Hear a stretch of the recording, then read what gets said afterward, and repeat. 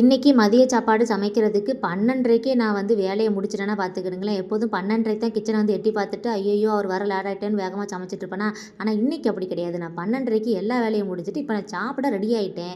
என்ன சமைச்சிருக்கேன்னு பார்க்கலாமா வாங்க. இன்றைக்கி நம்ம வீட்டில் மதிய சாப்பாடு பூசணிக்காய் பொரியல், அது கூட வந்து சிறுபருப்பு கடைசல் வச்சு நல்லா கட்டி பருப்பு எனக்கு கடைஞ்சாச்சு, சிறுபருப்பு கூட்டு, அதுக்கப்புறம் பார்த்திங்கன்னா கீரை குழம்புலாம் நல்லா தாளிசம் போட்டு வச்சுருக்கு. நல்லா கமகமன்னு மணந்துட்டு கிடக்கு இந்த கொத்தமல்லி கருவேப்பிலைக்கு. அதுக்கப்புறம் வந்து சுட சுட சோறு. இதுதான் நம்ம வீட்டில் இன்றைக்கி மத்தியானம் சாப்பாடு.